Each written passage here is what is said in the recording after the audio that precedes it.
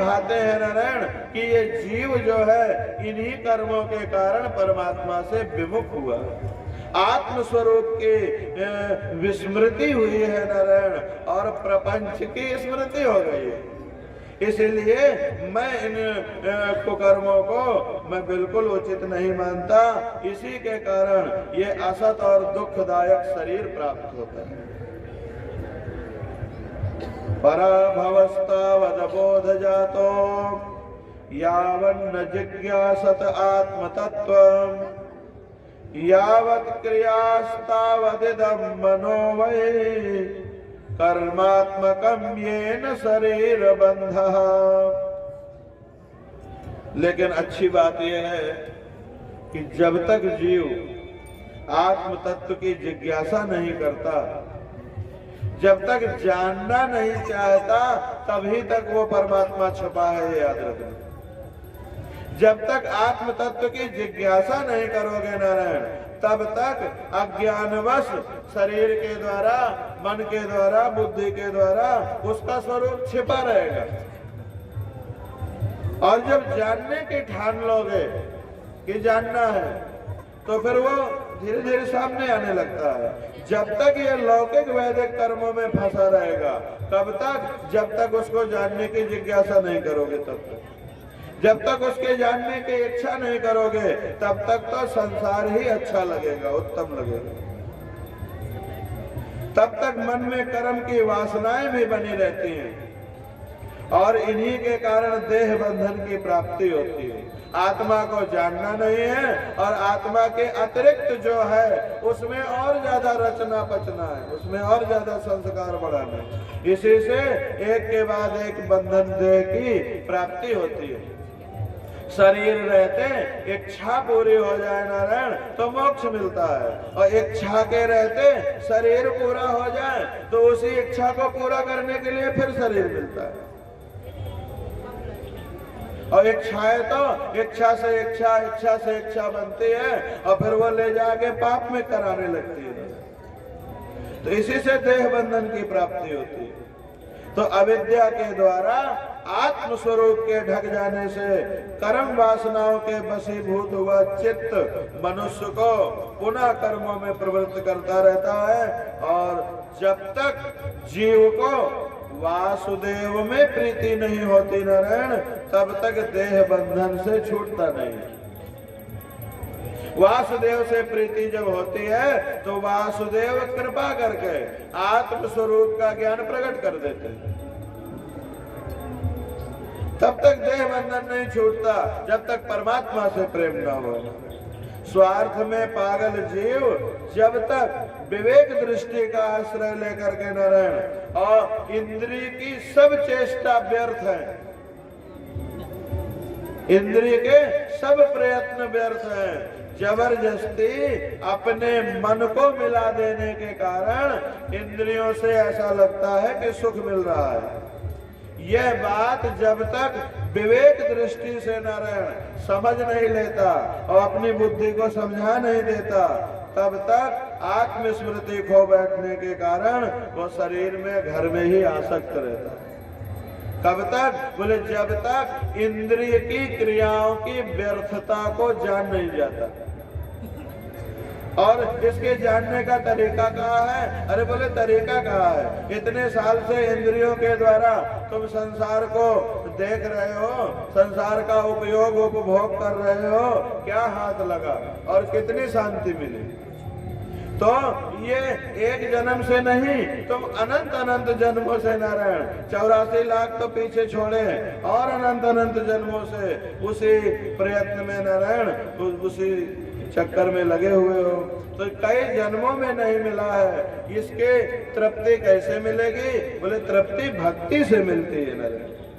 इंद्रियों की चेष्टाओं को व्यर्थ समझ के, इंद्रियों के लिए चाहे जितने बड़े घर बना ले हो, चाहे जितना धन इकट्ठा कर ले हो नारायण, ये इनसे इंद्रियों को कितना सुख मिल सकता है। इनकी चेष्टा व्यर्थ है नारायण। इनसे भगवत भक्ति की चेष्टा करो, इनको तृप्ति तब मिलेगी, इनको शांति तब मिलेगी। तो जब तक इनको मिथ्या नहीं देखते तब तक आत्मस्मृति खोने के कारण वो शरीर घर में आसक्त रहता है और तरह तरह के क्लेशों को नारायण उठाता है, उठा के नारायण दुख पाता है, कष्ट पाता है। एक ऐसा व्यक्ति था नारायण जो बिना तकिया के और बिना मोटे गद्दा के सो नहीं पाता था, तो नींदें नहीं आती थी।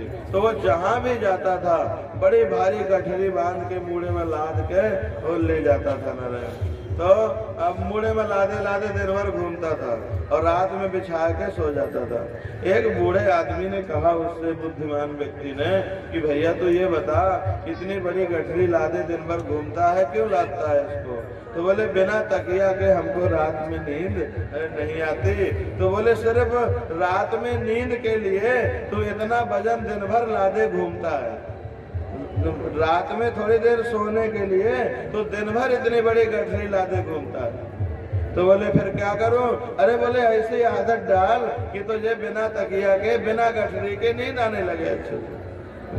तो ये किसी और की कहानी कथा नहीं है भैया, ये तुम्हारी कहानी कथा है। हाँ, संसार के थोड़े से सुखों के लिए नारायण, थोड़े से सुखों के लिए इतनी बड़ी गठरी लादी जाती है, परिवार बनाया जाता है, नौकरी करी जाती है, खेती करी जाती है, पशुपालन किया जाता है, व्यवहार किए जाते हैं, संबंध किए जाते हैं। वो ढेर सारी गठरी इतनी बड़ी कहे लिए लादी, अब थोड़ी सी सुख के लिए जीवन कट जाए, जीवन बीत जाए।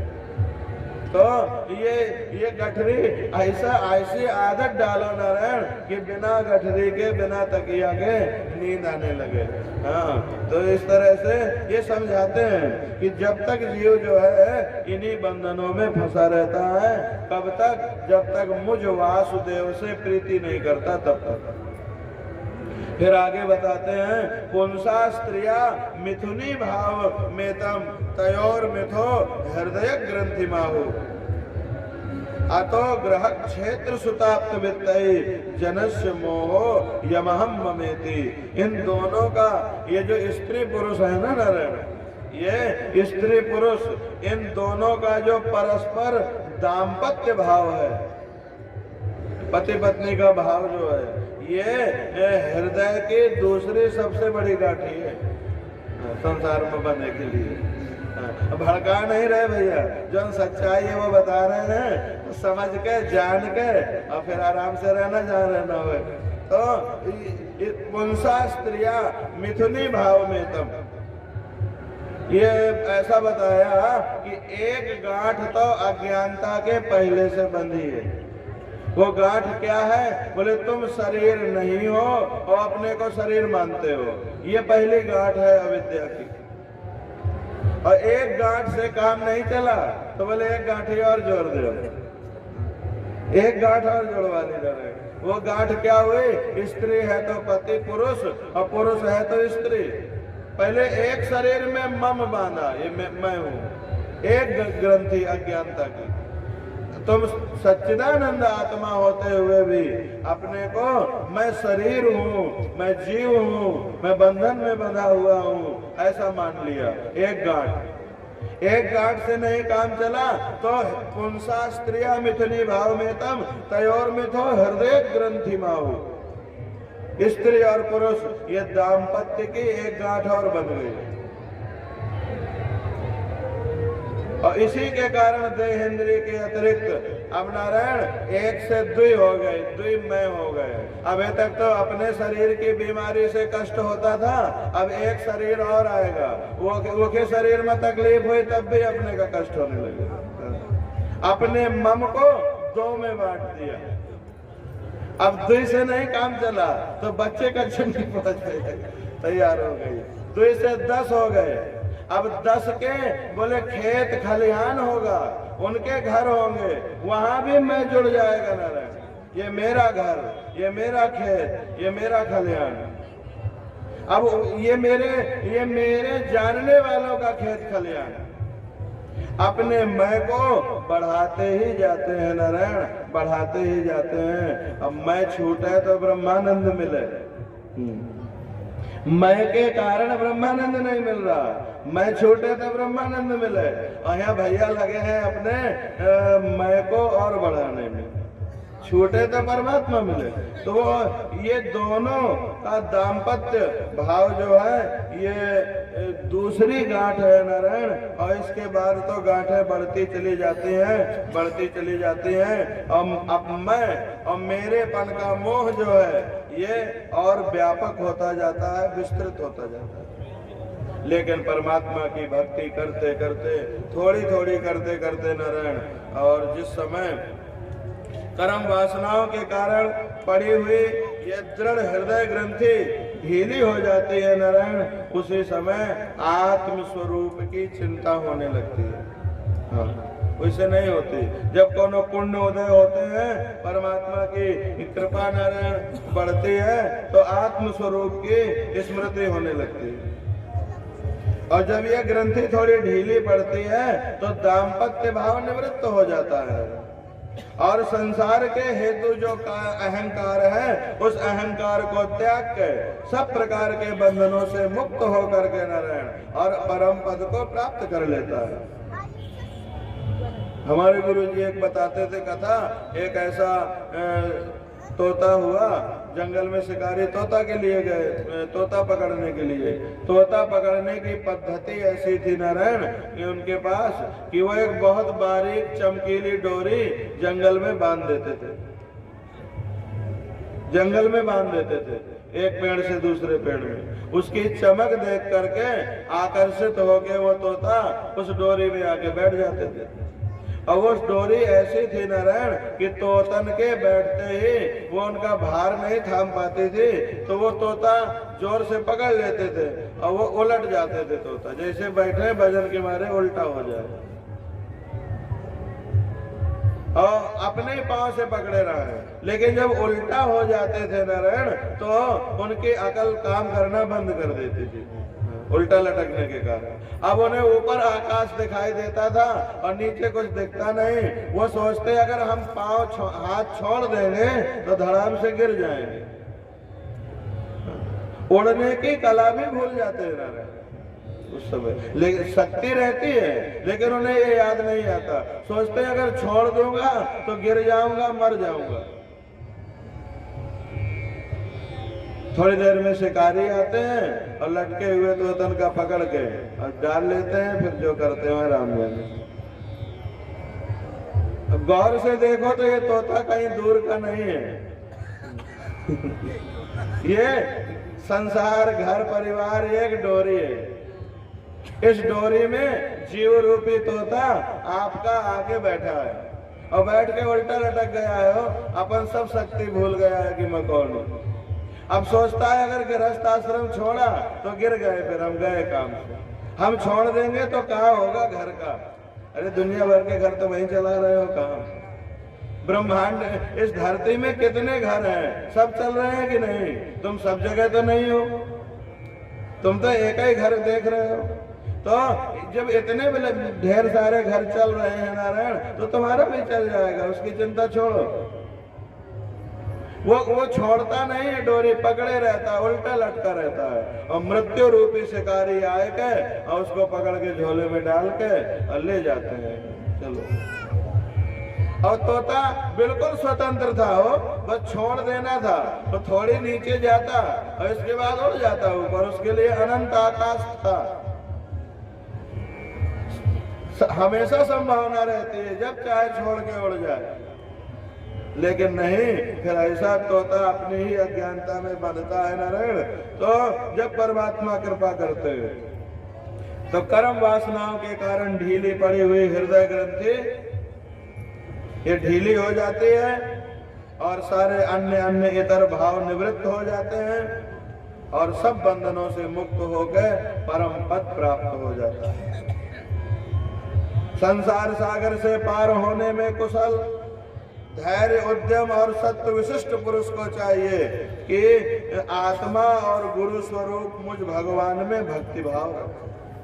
संसार सागर से पार कर होना है अगर, तो अपने कार्यों में कुशलता सीखो और परिणाम के लिए धैर्य रखो। बिल्कुल जो जिम्मेदारी है उनके प्रति उद्यमशील रहो।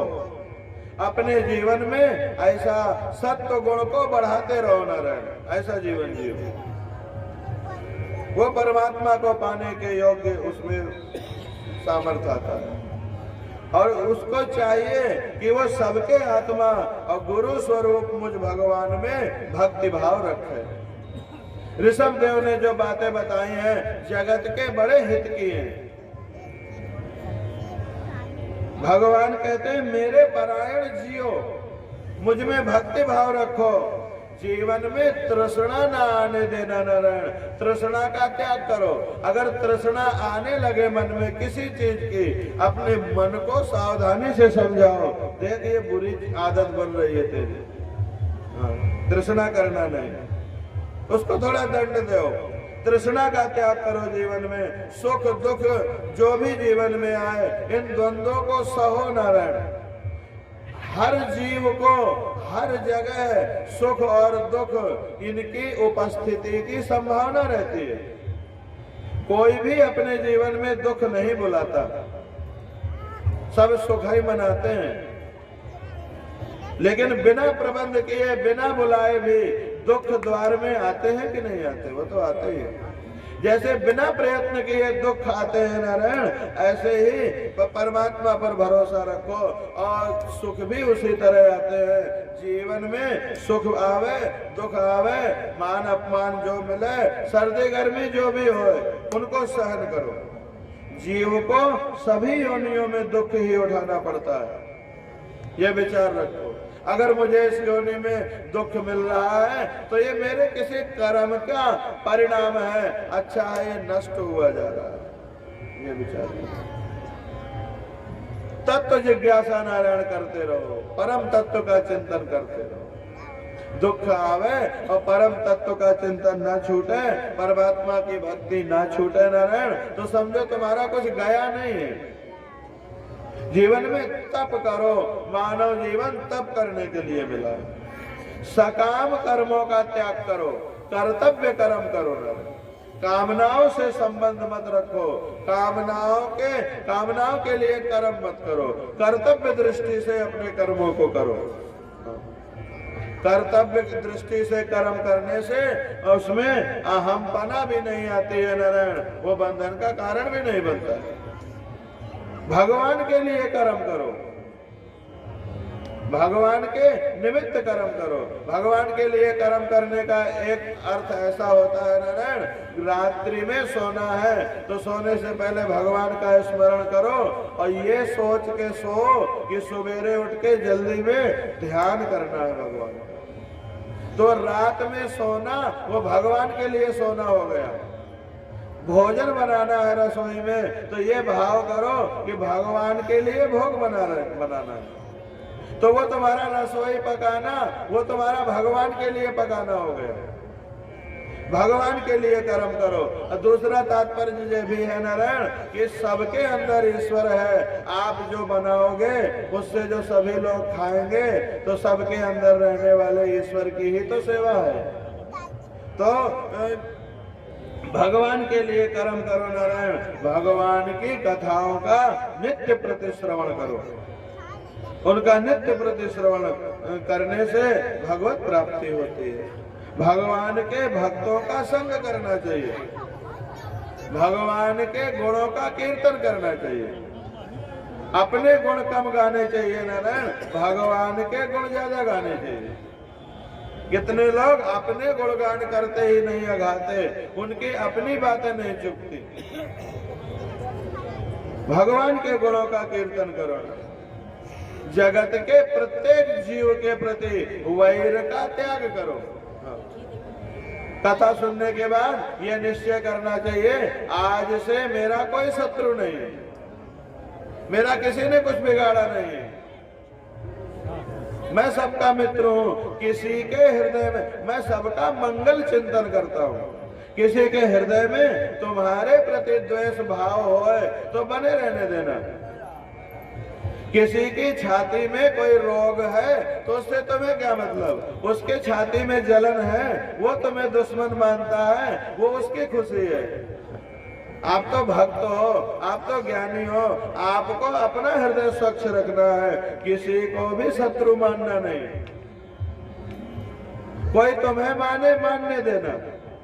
और यकीन मानो, जगत को अगर आप नारायण के रूप में देखेंगे और जगत के कुछ लोग आपको दुश्मन के रूप में देखेंगे, तो दुश्मन के रूप में देख के वो अगर कुछ नुकसान भी करना चाहेंगे नारायण, तो उससे कुछ भी होगा नहीं, उससे कुछ भी बिगड़ेगा नहीं। जिसकी दृष्टि में नारायण होते हैं उसकी रक्षा भी सदैव नारायण करते हैं। कोई तुम्हें शत्रु मान के कोई षड्यंत्र करे, कुछ गलत करे, तुम उसे उसके प्रति द्वेष नहीं करने से नारायण, किसी के भी प्रति वैर का भाव न रखने से, वैर त्याग करने से, और सबके प्रति समता से। सबके अंदर परब्रह्म परमात्मा है। ये पृथ्वी जल तेज वायु आकाश पंचभूतों से सबकी देह बनी है नारायण, इसमें क्या अभिमान करना। समता सबके प्रति। देह सबकी अलग अलग है, देह में देव सबका एक है। और जीवन में शांति को नारायण संजो करके रखो। कितना भी कोई पैसा कमावे, कितने भी बड़े पद के लिए दौड़े नारायण, कितना भी परिवार बढ़ा ले, सबके पीछे एक ही उद्देश्य रहता है, शांति रहेगी। ये काम हो जाए फिर शांति से रहेंगे, ये काम हो जाए फिर शांति से रहेंगे। तो शांति जीवन में किसी भी कीमत में शांति खोना नहीं रहे। शरीर और घर में मैं और मेरेपन को कम करते रहना, ये बात बहुत लाभ देगी। मैं और मेरापन शरीर और घर में जितना कम होगा उतना ही नारायण आनंद में रहेगा बुढ़ापा, और उतना ही आनंद में शरीर छूटेगा। शरीर में मैं और मेरापन जितना घर में और शरीर में ज्यादा रहेगा उतना ही ज्यादा जो है नारायण वो अंत में तकलीफ देगा कि समय आ रहा है तो ये होगा, छूट जाएगा, दुखी होगा। अध्यात्म शास्त्र का नित्य अनुशीलन करो नारायण, चाहे थोड़ी देर ही सही अध्ययन जरूर करो। अध्ययन सदग्रंथों से होता है, सदपुरुषों की शरण में बैठ के भी होता है। अध्यात्म शास्त्र का अनुशीलन करने से और एकांत सेवन करने से, जो निखालिस अकेला रहना सीख गया है वो समझो परमात्मा को पा गया है। लोग अकेले नहीं रह पाते, चाहते हैं हमारे साथ सब रहें, लेकिन खुद अपने साथ रहने की उनकी ताकत नहीं है। उन्हें कुछ विचार करने को चाहिए, नहीं कुछ पेपर पढ़े, नहीं कुछ टीवी देखे, नहीं कुछ कोई हो साथ। जो एकांत रहना सीख गया और एकांत में भी पवित्र रहना सीख गया, एकांत में पवित्रता साध लेना ये सबसे बड़ी वीरता है नारायण।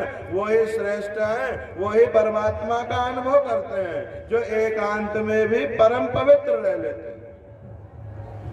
यदि एकांत में पवित्रता ना हो तो समूह में रहना ही कल्याणकारी है, और नहीं तो एकांत में रहा है, एकांत में रह के आत्म स्वरूप का चिंतन करें।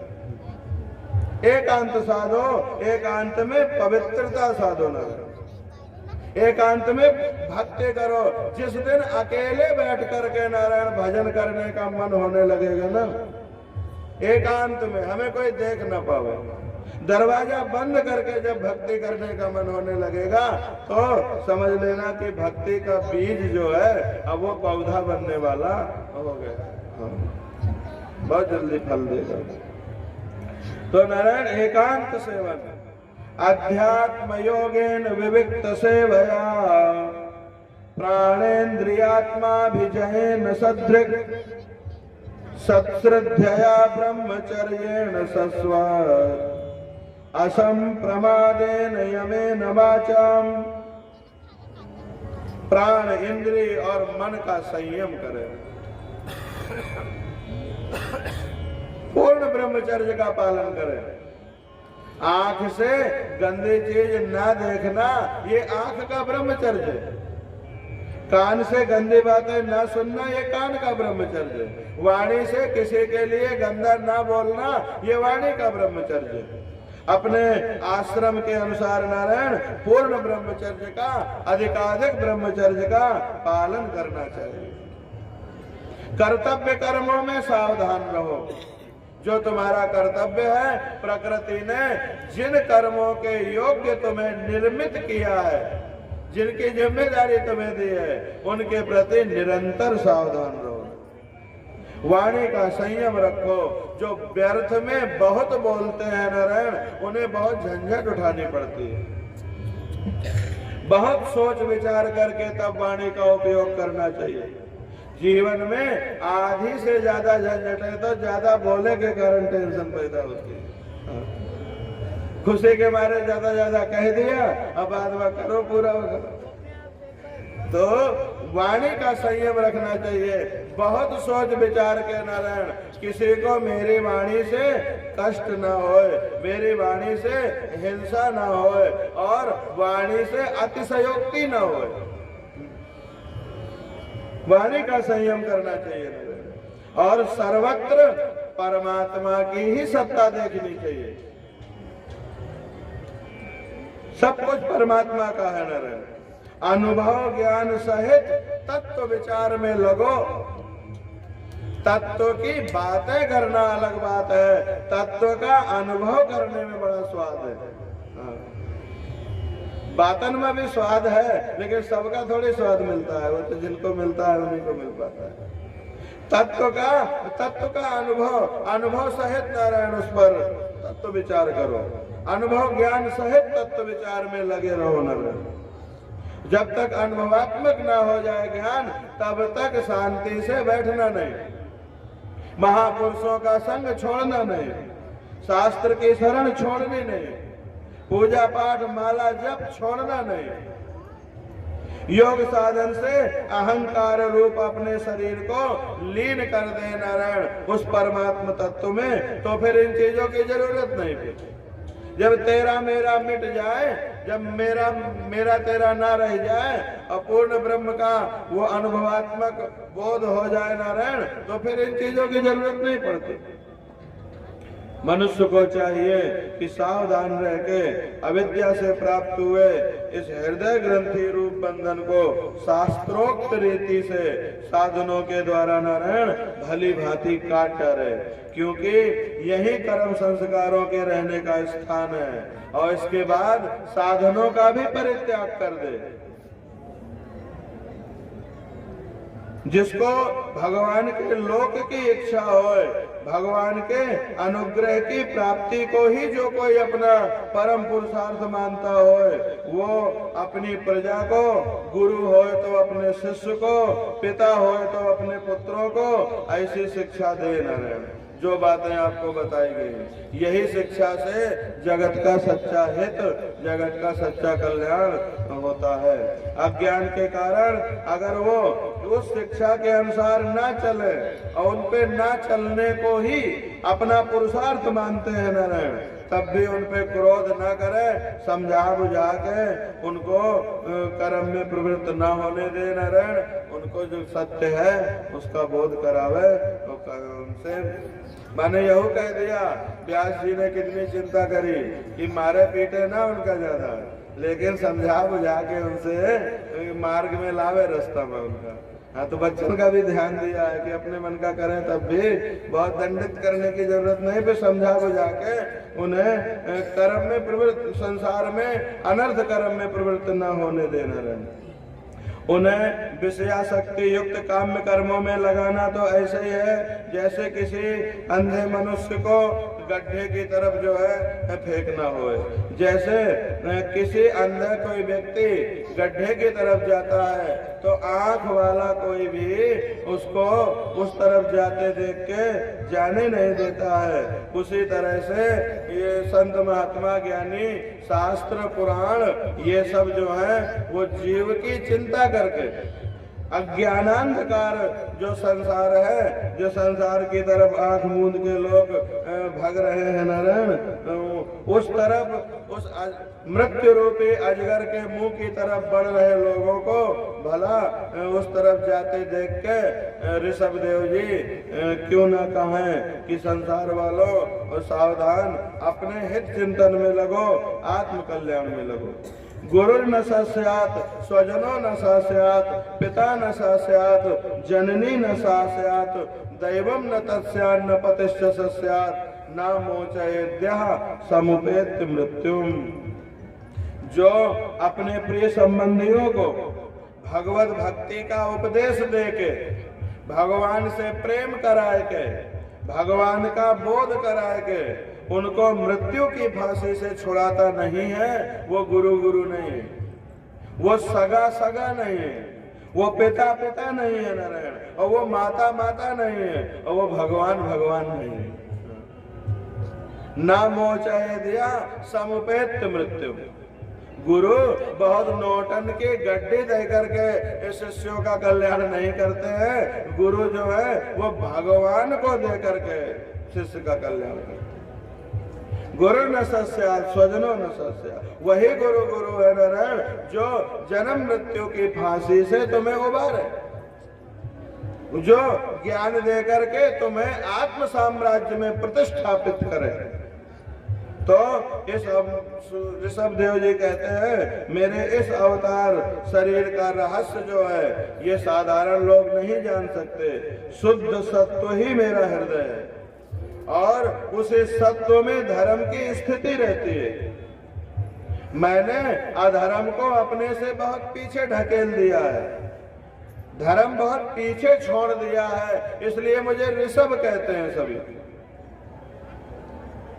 तुम सब मेरे हृदय से उत्पन्न हुए मेरे पुत्र हो, इसलिए जो मैंने तुम्हें शिक्षा दी है इन्हीं शिक्षा को ध्यान में धर के अपने बड़े भैया भरत जी की सेवा करो, उनकी सेवा करना और जैसा वो कहें उनकी आज्ञा अनुसार प्रजा पालन करना। सब एक दूसरे से श्रेष्ठ हैं, श्रेष्ठ होते हुए भी, श्रेष्ठता होते हुए भी जगत के ये याद रखना कि सबके अंदर परमात्मा विराजमान है नारायण। और अन्य सब भूतों की अपेक्षा वृक्ष श्रेष्ठ होते हैं, उनमें चलने वाले जो जीव है नारायण वो श्रेष्ठ होते हैं, उनमें भी कीट आदि की अपेक्षा ज्ञान वाले पशु श्रेष्ठ होते हैं, पशुओं में भी सबसे श्रेष्ठ मनुष्य होते हैं, मनुष्यों में प्रमथ गण श्रेष्ठ होते हैं मनुष्यों से, और प्रमथों से गंधर्व श्रेष्ठ होते हैं, गंधर्व से सिद्ध श्रेष्ठ होते हैं, और सिद्धों से देवताओं के अनुयायी किन्नर श्रेष्ठ होते हैं नारायण, और उनसे असुर श्रेष्ठ होते हैं, असुरों से भी देवता श्रेष्ठ है नारायण, और देवताओं में भी इंद्र श्रेष्ठ है, और इंद्र से भी ज्यादा श्रेष्ठ दक्ष आदि प्रजापति है। ब्रह्मा जी के पुत्रों में रुद्र सबसे श्रेष्ठ है, वे ब्रह्मा जी से उत्पन्न हुए हैं, इसलिए ब्रह्मा जी उनसे ज्यादा श्रेष्ठ है, और ब्रह्मा जी मुझसे उत्पन्न हुए हैं नारायण कहते हैं। ब्रह्मा जी मेरी उपासना करते हैं, इसलिए मैं उनसे भी ज्यादा श्रेष्ठ हूं, लेकिन ब्राह्मण मुझसे भी अधिक श्रेष्ठ है। पुत्रों ये बात हमेशा याद रखना। भगवान कहते हैं जगत में सब श्रेष्ठ है, सबसे श्रेष्ठ ब्रह्मा जी, ब्रह्मा जी से श्रेष्ठ मैं, लेकिन मेरी बात गांठ बांध लो, ब्राह्मण मुझसे भी ज्यादा श्रेष्ठ। भवा देवासुरुभ्यो मघवत प्रधाना दक्षादयो ब्रह्मसुतास्तु तेषाम भवा परा सोत विरंच वीर्या समत परोहम द्विज देव देवा। मैं उन्हें पूज्य मानता हूँ, मैं स्वयं उनकी पूजा करता हूँ। भगवान ब्राह्मणों की तरफ देखते हुए कहते हैं दूसरे किसी भी प्राणी को मैं ब्राह्मण के ब्राह्मण के समान नहीं मानता, ब्राह्मण के बराबरी का नहीं मानता। ब्राह्मण से अधिक तो किसी को मान ही कैसे सकता हूं, मैं उनके बराबर नहीं मानता किसी को, उनसे अधिक किसी को कैसे माना जा सकता है। लोग श्रद्धा पूर्वक ब्राह्मणों के मुख में अन्न की आहुति डालते हैं। भगवान कहते हैं उससे जैसे प्रसन्नता मुझे होती है और उस अन्न को मैं जैसे ग्रहण करता हूँ वैसा अग्निहोत्र में डाली गई होम की आहुति को भी स्वीकार नहीं करता।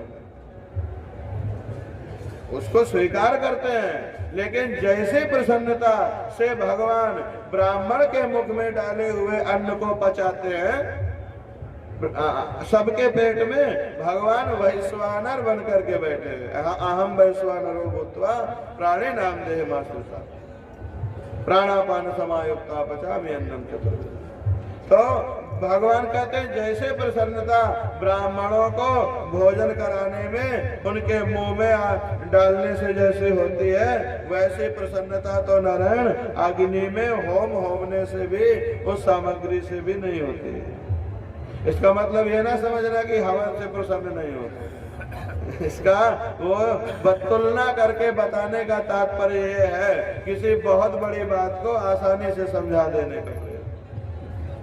जिन्होंने इस लोक में अध्ययन के द्वारा धृता तनुर रुसति में पुराणी ये नेह सत्वम परमं पवित्रम समोदमा सत्यमनुग्रहश्च तपस्तितिक्षानुभवश्च यत्र। जिन ब्राह्मणों ने इस लोक में अध्ययन के द्वारा वेद रूपा अति सुंदर पुरातन मूर्ति को अपने बुद्धि में, अपने जीवन में जीवंत कर दिया, मूर्ति को धारण करके रखा है, जो परम पवित्र सत्वगुण को नारायण पालते हैं, जो सम का, दम का, सत्य का, दया, तप, तितिक्षा और ज्ञान आदि का इन गुणों का अर्जन करके रखते हैं, प्रयत्न से इनको इकट्ठा करते हैं, इनकी रक्षा करते हैं। ये सब सद्गुण भगवान के ही रूप हैं। हाँ, जिसके अंदर ये सद्गुण है वो माने भगवान के उतने अंश उसके अंदर है, उतनी कलाएं उसके अंदर। तो वो ये जो मेरे स्वरूपों को जो ब्राह्मण अपने शरीर में नारायण रखते हैं, जीवंत करके रखते हैं, उन ब्राह्मणों से बढ़ के और कौन हो सकता है? वो ब्राह्मण श्रेष्ठ है।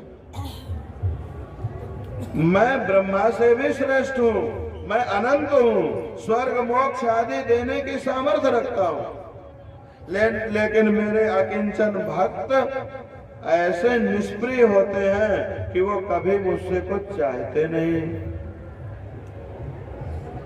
राज्य देना चाहे तो नहीं लेते, उन्हें मुक्ति देना चाहे तो नहीं लेते।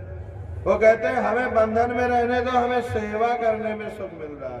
आपकी सेवा का जो बंधन है ये मुक्ति से भी बढ़कर के है हमारे लिए। राज्य आदि अन्य वस्तुओं की वो इच्छा कर ही नहीं सकते, धन संपदा की।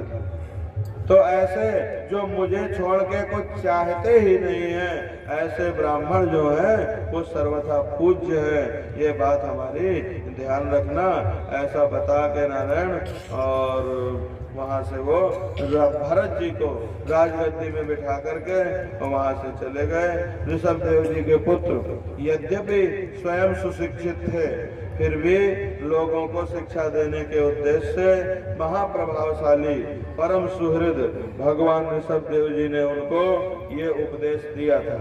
यह उपदेश दिया तो अपने पुत्रों को था, और उनके पुत्र धार्मिक भी थे, पढ़े लिखे भी थे, लेकिन इसलिए दिया कि आज तुम्हारे भी कान में पहुंच जाए, संसार के भी कान में पहुंच जाए, इसलिए उन्होंने बोला, यह उपदेश दिया। तो भागवत उपदेशात्मक भी है नारायण। इसमें भगवान के अलग अलग कई उपदेश छिपे रखे हैं। उन उपदेशों को समय समय पर पढ़ते रहना चाहिए। बताते रहना चाहिए, उस पर मनन करते रहना चाहिए नारायण। उपदेशहीन जो समाज हो जाता है, उपदेशहीन जो परिवार हो जाता है नारायण, वहाँ धर्म धीरे धीरे कमजोर पड़ने लगता है। और जहाँ संवाद रहे, जहाँ उपदेश बने, अच्छे उपदेश, पार्टियन में जाए के उपदेश अलग बात है, कल्याण के उपदेश, शास्त्रों के उपदेश, भगवत उपदेश। तो ऋषभ देव जी के 100 पुत्रों में भरत सबसे बड़े थे। वो भगवान के परम भक्त और भगवत भक्तों के परायण थे। ऋषभ देव जी ने पृथ्वी पालन करने के लिए भरत जी को राजगद्दी में बैठा दिया और स्वयं जो निवृत्ति परायण महामुनियों का जो मार्ग है वो पकड़ा है। भक्ति, ज्ञान और वैराग्य रूप परम हंसोचित धर्म की शिक्षा देने के लिए वो बिल्कुल विरक्त हो गए। केवल शरीर मात्र अपना लेकर के गए थे घर से, महलों से, केवल शरीर मात्र का परिग्रह अपने पास रखा और सब कुछ घर पर छोड़ दिया ना। सब कुछ छोड़ने का मतलब है सारी इच्छाएं भी, सारी कामनाएं भी, सारा अहम भी और कपड़ा लत्ता भी, जूता चप्पल भी, राजपाट भी, सब वही छोड़ दिया। अब वे वस्त्रों का भी त्याग करके सर्वथा दिगंबर हो गए। उस समय उनके बाल बिखरे हुए थे, उन्मत्त जैसा उनका भेष था। वे जो हवन करने वाली क्रिया है, जप करने वाली क्रिया है और पूजा करने वाली क्रिया है, वो जो हवनीय कार्य थे उनके, उनको उन्होंने अपने अंदर लीन कर लिया। हो गए जितना हवन करेगा, होगा जितना जप करना था, सो अग्नियों को अपने में ही लीन कर लिया। सन्यासी हो गए, ब्रह्मावर्त देश से बाहर निकल गए। अब वो सर्वथा मौन हो गए। न कोई बात करता था तो बोलते नहीं थे।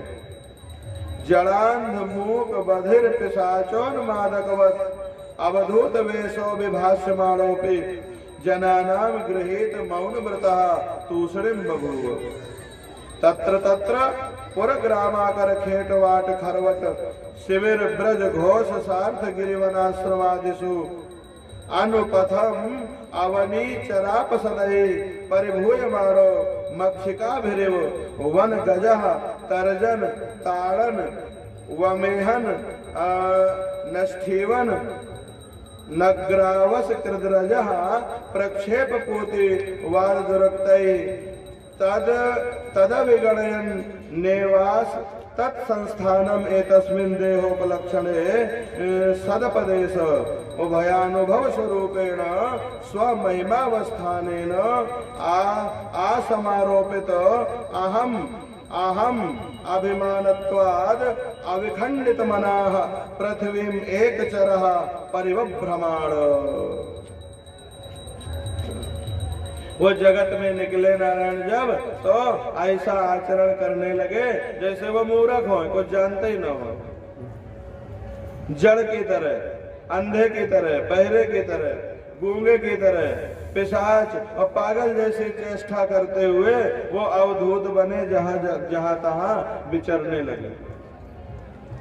ये जड़, अंध, बधिर, मूक इसको समझना हो तो इसको एक दृष्टांत से समझना चाहिए।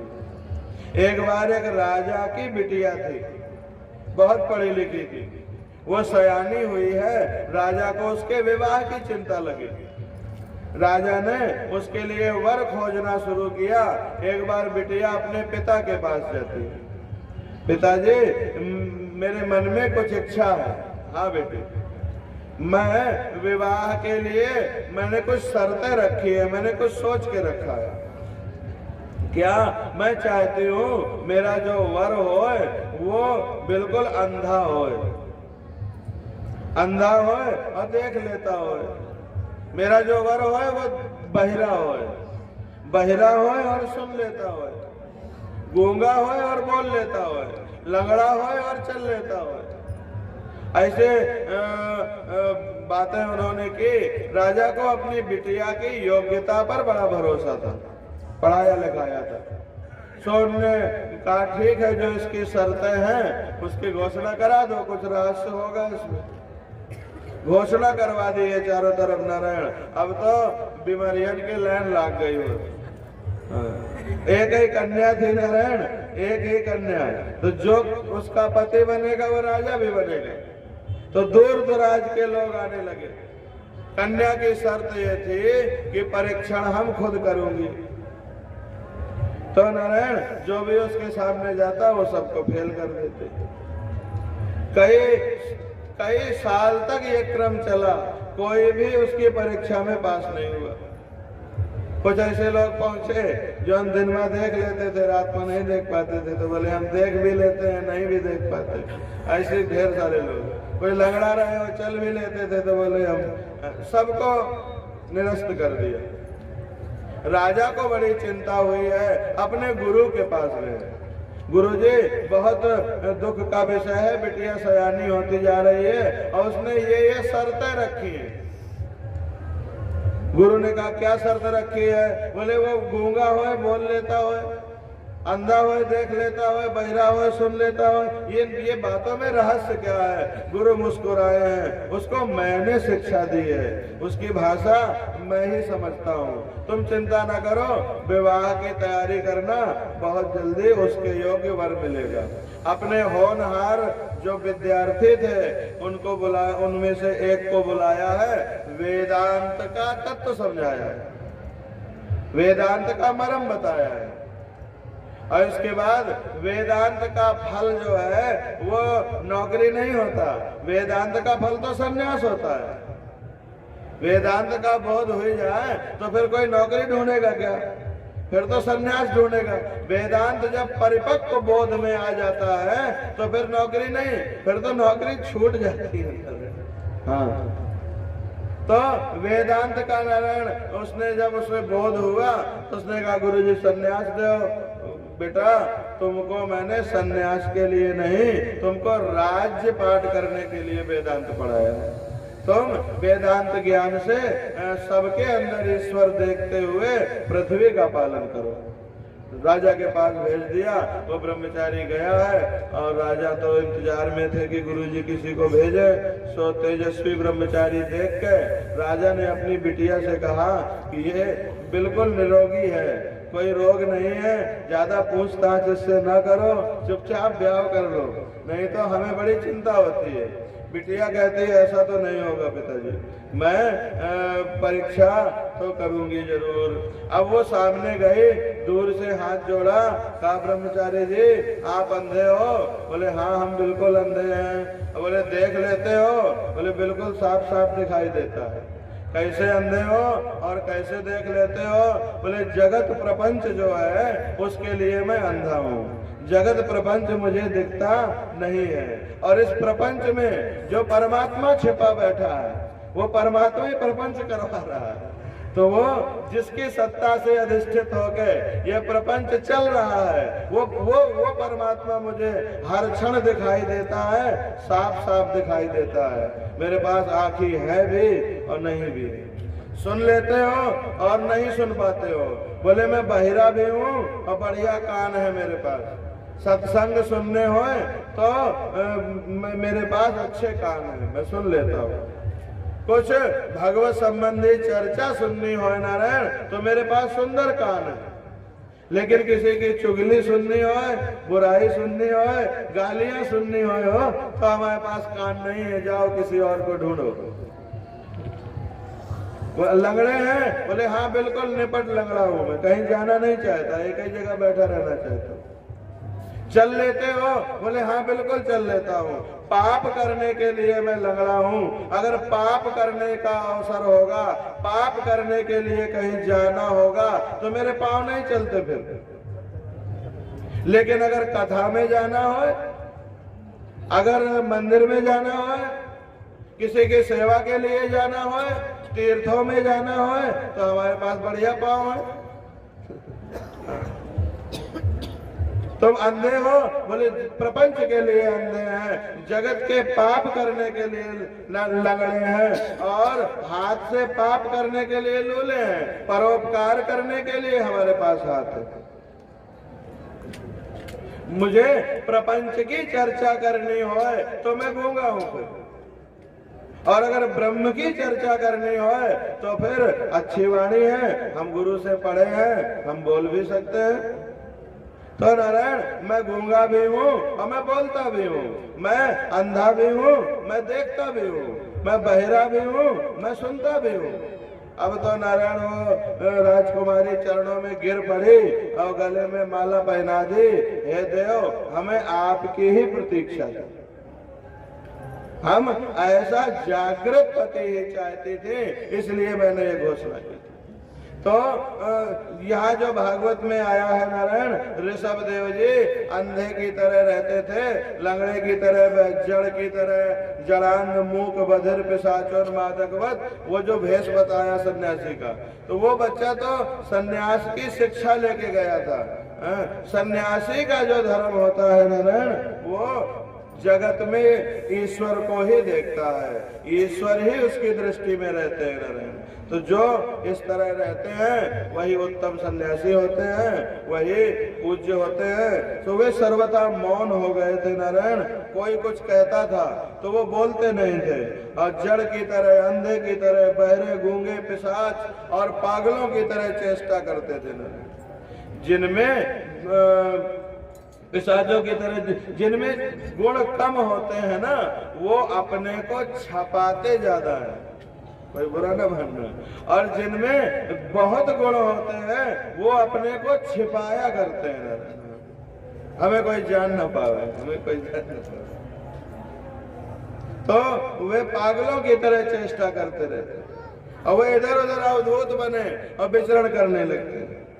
कभी नगरों में पहुंच जाते हैं, कभी गांव में चले जाते हैं, कभी किसानों के यहाँ चले जाते हैं, कभी बस्तियों में चले जाते हैं, कभी पहाड़ों, जंगलों और आश्रमों में जाने लग जाते हैं।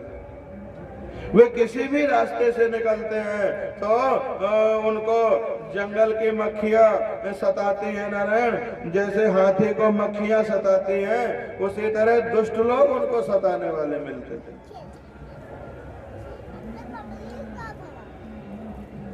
लुब्धक, धीवर और पिसुन, ये तीन ऐसे हैं जो हिरण के, मछली के और सज्जन के अकारण शत्रु होते हैं।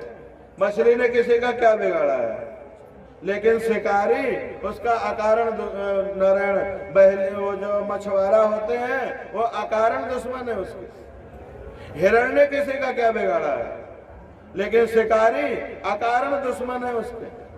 और सज्जन साधु महात्मा किसी का क्या बिगाड़ते हैं नारायण, उनका दे दिया तो ठीक है, ना दिया तो तुम्हारा भला, लेकिन वो किसी का कुछ नहीं बिगाड़ते। फिर उनकी बुराई करने वाले उनके कमी न मिली, ढेर सारे मिले।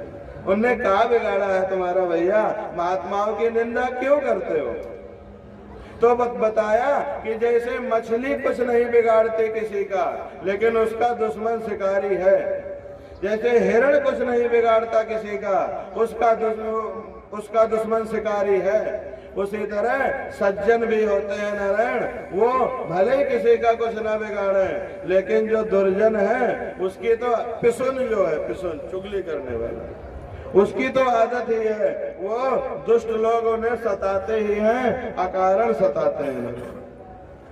जहां से ऋषभ देव जी जाते थे, दुष्ट लोग इनके पीछे पड़ जाते थे, उन्हें तंग करते थे। कोई धमकी देता, कोई मारता उनको, कोई मलमूत्र उनके ऊपर छोड़ देता, कोई थूक देता नारायण, कोई ढेला मारता, कोई अधोवायु छोड़ देता, कोई कोई अपशब्द बोल के भाग जाता नारायण, उनका तिरस्कार करते। लेकिन वो इन सब बातों में जरा भी ध्यान नहीं देते थे। ये होता है सन्यास में, बुरा न माने, प्रायः बहुत सम्मान होते होते, बहुत आदर मिलते मिलते जो है नारायण, प्रायः साधु लोग श्रद्धा भोगी हो जाते हैं। श्रद्धा मिले, छोटी सी कुछ प्रतिकूल बात हो जाए तो उबलने लग जाते हैं। ऐसी स्थिति होनी चाहिए कि कोई भी स्थिति आ जाए, अपनी शांति जरा भी भंग नहीं होनी चाहिए। इन सब बातों पर, बड़े बड़े अपमान पर भी वो जरा भी ध्यान नहीं देते थे। और यही कारण है नारायण, इन सब चीजों में ध्यान नहीं देते थे। और इसका कारण ये था कि वो मिथ्या शरीर में अहमता ममता तनिक भी नहीं रखते थे। कोई गाली दे, कोई मारे थूके, शरीर को कर रहा है, तनिक भी उसमें अहमता ममता नहीं थी। वे कार्य कारण रूप संपूर्ण प्रपंच के साक्षी होके अपने परमात्म रूप में स्थित थे और अखंड चित्त वृत्ति से वो पृथ्वी पर विचरण किया करते थे, नारायण घूमते रहते थे। हालांकि उनके देह की बनावट और उनके चाल ढाल, उनके हाथ पांव, छाती, लंबी लंबी भुजा, उनके कंधे, उनकी गर्दन, उनके मुख, उनके अंगों की बनावट अत्यंत सुंदर थी। उनका स्वभाव से ही सुंदर मुख स्वाभाविक मधुर मुस्कान से और भी मनोहर जान पड़ता था। ऐसा कहा है, हीरा कहीं भी पड़ा हो, वो खरझाल में भी पड़ा हो तो उसकी चमक से जो है उसका बोध हो जाता है। उनका स्वरूप ऐसा था नारायण कि उनका मुख अत्यंत मनोहर जान पड़ता था। जो कोई ब्रह्मनिष्ठों के लक्षण जानने वाले हैं, ऐसे योग्य पुरुष जो है नारायण, जब उनको देखते थे तो झट पहचान जाते थे कि ये कोई ब्रह्मनिष्ठ। और जब उनके दर्शन पूजन के लिए इकट्ठा होते तो उससे लोगों का लाभ होने लगता और फिर तो पूजा करे वाले की भीड़ लग जाती, लोग ही लोग इकट्ठा हो जाते थे। जब ऋषभ देव जी ने देखा कि ये जनता योग साधन में विघ्न रूप है तो इसके बचने का उपाय करने के लिए वो बीभत्स वृत्ति से रहने लगे, बड़ा डरावना स्वरूप बना लिया। कुछ दिन बाद वो अजगर वृत्ति में रहने लगे, पड़े रहते थे, जो जैसे अजगर पड़ा रहता है, उसके इर्द गिर्द जो गया उसी को खा लिया और पड़ा रहता है।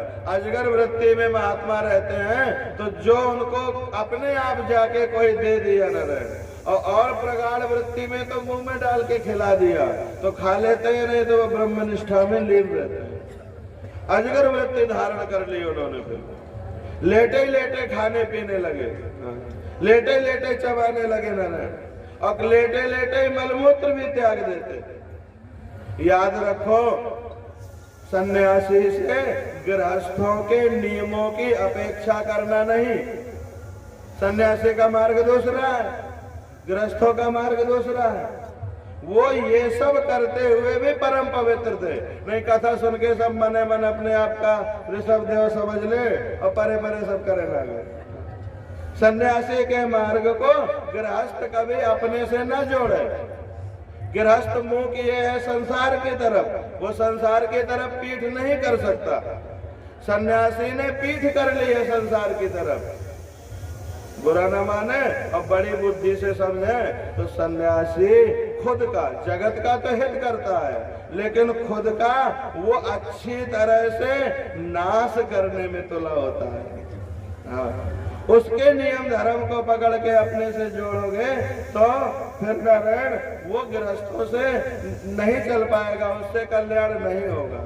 सन्यासी अपने क्रियमाण, प्रारब्ध और संचित जितने उसके कर्म है, ये सब कर्म छीण हो जाए तो हम देह से मुक्त होकर पूर्ण परमात्मा में नित्य के लिए स्थित हो जाएं। ये सन्यासी का लक्ष्य होता है।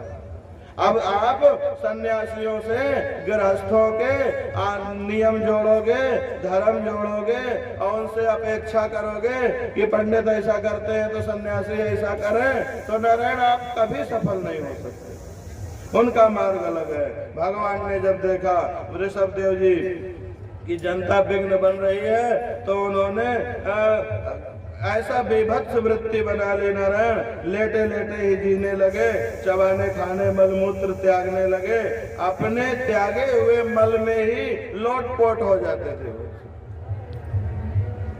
उनके योग में ऐसे सामर्थ्य है नारायण, इनके मल में दुर्गंधी उनके नहीं थी। योगी का आहार कम हो जाता है, योगी के देह से दुर्गंध नहीं आती है कभी।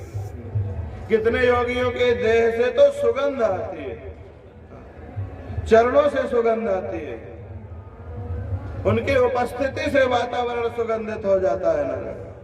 उनके मल तक में दुर्गंध नहीं थी। दुर्गंध वास्तव में वासना में होती है नारायण, बुरे विचारों में होती है। जिसके जीवन में वासना नहीं है, दुर्विचार नहीं है, उसका मल भी सुगंधित हो जाता है।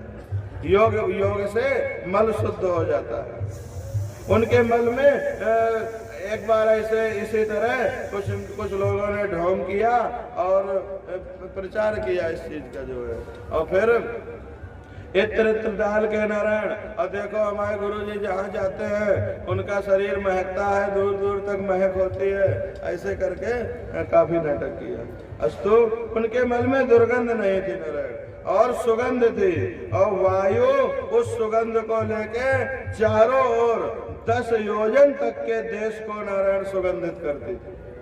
परमात्मा का शरीर जो है वो दिव्य है, और परमात्मा के शरीर से जो भी युक्त है वो सब दिव्य है। इस तरह गौ वृत्ति से जिए कुछ दिन, फिर मृग वृत्ति से जिए कुछ दिन, फिर काक वृत्ति से नारायण काक वृत्ति स्वीकार कर ली।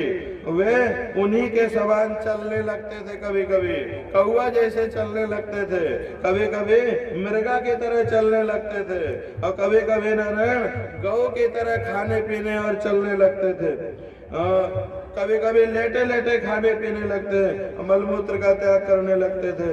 परमहंसों को त्याग के आदर्श की शिक्षा देने के लिए मोक्षपति भगवान ऋषभदेव ने कई तरह की योगचर्याओं का आचरण किया है। वे निरंतर सर्वश्रेष्ठ महान आनंद का अनुभव करके रहते थे। उनकी दृष्टि में निरुपाधिक रूप से संपूर्ण प्राणियों के आत्मा अपने आत्म स्वरूप भगवान वासुदेव में किसी प्रकार का भेद नहीं था। वो सबके अंदर एकमात्र ब्रह्म दृष्टि रखते थे और वही व्यवहार करते थे, इसलिए उनके सब पुरुषार्थ जो है वो पूर्ण हो चुके थे।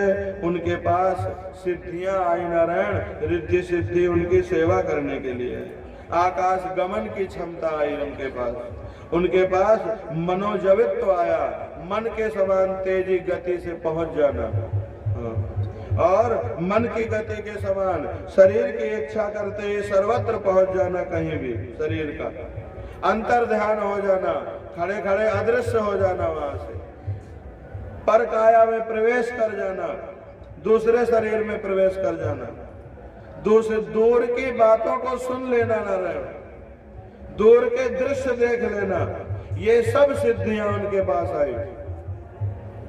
लेकिन उन्होंने कभी किसी सिद्धि का प्रयोग नहीं किया।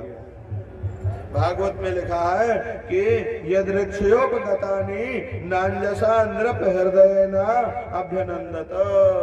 देखो विषयों का जो नारायण सिद्धियां आई हैं उनके पास, सिद्धियों को आने पर ना तो वो बहुत प्रसन्न होते हैं और ना ही उनका अपमान करते हैं।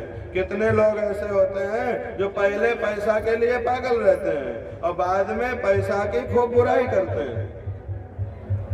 तो ये इस तरह से वैराग्य नहीं होता। वैराग्य के लिए बताया है यथैव काकविष्टायाम वैराग्यम तद्धि निर्मलम। जैसे कौवा की बीट होती है, कौवा विष्टा कर दे तो लोग शरीर से हटा देते हैं और न उससे राग करते हैं और न द्वेष करते हैं। पहले लोग स्त्री से राग करते हैं और फिर बाद में स्त्री से द्वेष करते हैं। तो राग द्वेष दोनों से रहित, जैसे कौवा की विष्टा के साथ संबंध है, माने कोई लेना देना नहीं, न उससे हमारी कोई दुश्मनी है और न उससे कोई प्रेम होता है। ठीक इसी तरह से नारायण सिद्धियों को ना तो उन्होंने अपमानित किया और ना उन्होंने उससे प्रेम किया। ठीक इसी तरह से ना तो संसार की निंदा करे और ना संसार में फंसे, ये मतलब है। तो उन्होंने सिद्धियों का ना तो आदर किया और ना अनादर किया, माने उनने कभी सिद्धियों का उपयोग अपने जीवन में किया ही नहीं। सामान्य की तरह ही सिद्धि उनके पास होते हुए भी सामान्य जीवन उन्होंने जिया और उन्होंने अपनी आयु पूरी होने पर जगत को परमहंसों के मार्ग का उपदेश देकर के नारायण उन्होंने देह त्याग किया और योगियों को देह त्याग की विधि सिखाने के लिए उन्होंने अपना शरीर छोड़ा। और शरीर कैसे छोड़ना है ये भी योगियों के हाथ में रहता है नारायण। हाँ, उनके जब तक वे अपने अंतःकरण में अभेद रूप से स्थित परमात्मा को अभिन्न रूप से देखते हुए और वासनाओं की अनुवृत्ति से छूट के और शरीर के अभिमान से मुक्त होकर के नारायण उपराम हो गए और देह के अभिमान से मुक्त होकर के भगवान ऋषभ देव जी का शरीर योग माया की वासना से केवल अभिमानाभास के आश्रय पृथ्वी तल में विचरता रहा इतने दिन, जो अभिमान का आभास है। और उसके बाद एक बार जंगल में जा रहे थे नारायण, आग लगी हुई थी और ब्रह्म चिंतन करते जा रहे थे नारायण और कुटकाचल वन में दिगंबर रूप से घूमते हुए चले गए। इसी समय झंझावात से, झकोरों से, बांसों के घर्षण से प्रबल दावाग्नि धधक उठी। उसने सारे वन को अपनी लाल लाल लपटों से भर दिया नारायण। और ये भी जा रहे थे ब्रह्म चिंतन करते। अब सोचा ब्रह्म सत्य है, जगत मिथ्या है, उसके अलावा कुछ है ही नहीं, रास्ता कौन बदले। तो सीधे ही आगे में घुसते चले गए और नारायण शरीर उनका धू धू करके जल गया। तो योग अग्नि में उन्होंने अपने शरीर को लीन कर दिया। और यह बताया कि जिस समय कलयुग में अधर्म की वृद्धि होगी उस समय कुछ देशों के राजा ऋषभ देव जी के आचरण का अनुसरण करेंगे। अब देखो ऋषभ देव बनना आसान नहीं होता है। ऋषभ देव के आचरण का कुछ संप्रदायों ने नारायण वो लिया। अब ऋषभ देव में उन्होंने पहले कर्म भी किया, उन्होंने पहले भक्ति भी करी नारायण। उनके जैसा कर्म कौन कर सकता है, पूरी धरती का साम्राज्य, उन्होंने राज्य भी भोगा और भगवान की भक्ति पूजा यज्ञ भी किए और इसके बाद उत्तम सन्यास का भी उन्होंने आश्रय लिया और परमात्मा पद को प्राप्त किया नारायण। तो अब लोग सीधा सीधा ऋषभ देव के आखिरी जीवन के नियम पकड़ ले कोई, तो भला उसकी दुर्गति नहीं होगी तो और क्या होगी। ऋषभ देव जी ने ज्ञान पूर्वक बुद्धि पूर्वक, उनको पहली बात तो परमात्मा थे, किसी कर्म की जरूरत नहीं थी, फिर भी उन्होंने सब कर्म किए, भक्ति की नारायण और अंत में ज्ञान में स्वयं को लीन कर दिया। अब जो लोग कर्म नहीं करते और बहुत भक्तियों नहीं है, अपन तो सबका पता है, तो बहुत भक्ति भी नहीं है और फिर भी ऋषभ देव के ज्ञान की बराबरी करने लगते हैं नारायण, उस स्थिति में रहने की स्थिति करते हैं, तो बोले वो पतन का ही कारण बनता है। संप्रदाय पतन में गिरते हैं। नित्यानुभूत निज लाभ निवृत्त तृष्णः श्रेयः श्रेयस्य तद रचनया चिरसुप्त बुद्धे लोकस्य यः करुणया भयमात्मलोकम् आख्यान नमो भगवते ऋषभाय तस्मै। विषय भोगों की अभिलाषा करने के कारण अपने वास्तविक श्रेय से, वास्तविक कल्याण से चिरकाल तक बेसुध हुए लोगों को जिन्होंने करुणावश निर्भय आत्मलोक का उपदेश किया, वो जीव जो जगत के दुख में फंस के दुखी हो रहे थे, होने वाले थे, कई जन्मों से हो रहे हैं, उनके कल्याण के लिए आत्मलोक का उन्होंने उपदेश किया। जो स्वयं निरंतर अनुभव होने वाले आत्मस्वरूप की प्राप्ति से सब प्रकार की तृष्णाओं से मुक्त थे, उन ऋषभ देव भगवान को हम बार बार नमन करते हैं और वो हमारी मति स्वयं में लगावे नारायण और स्वयं का बोध करावे। इस तरह से ऋषभ भगवान का ये चरित्र पूरा होता है। आज इतना ही, कल सबको भरत जी का पावन चरित्र बताया जाएगा। श्री राम जय राम जय जय राम, राम जय राम जय जय राम, श्री राम जय राम जय जय राम, श्री राम जय राम जय जय राम, श्री राम जय राम जय जय राम, श्री राम जय राम जय जय राम। सच्चिदानंद भगवान की जय, सद्गुरुदेव भगवान की, गंगा मैया की, नमः पार्वती पतये हर हर महादेव।